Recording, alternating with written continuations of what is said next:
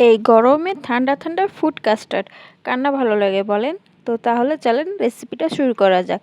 আসসালামু আলাইকুম, welcome back to my Facebook page. প্রথমে আমি 1 কেজি দুধ জাল করে হাফ কেজি করে নেব, মানে আপনারা যতটুকু পারেন ঘন করে নেবেন।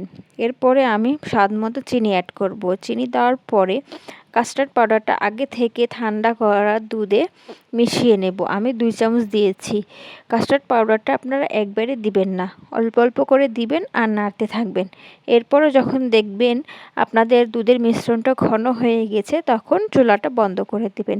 বন্ধ করে দেওয়ার সাথে সাথেই কিন্তু ঢাকনাতে ঢেকে দিবেন না। যতটুকু পারেন গরম যে ভাবটা আছে সেইটা চামচ দিয়ে নেড়ে ঠান্ডা করে নেবেন।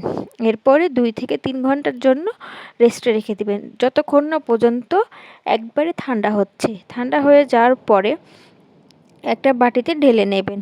এরপরে দুধের যে মিশ্রণটা এটা আপনি ফ্রিজে রেখে দেবেন। ফ্রিজে রেখে ঠান্ডা করে নেবেন। চাইলে আপনারা তারপরের দিনও খেতে পারেন।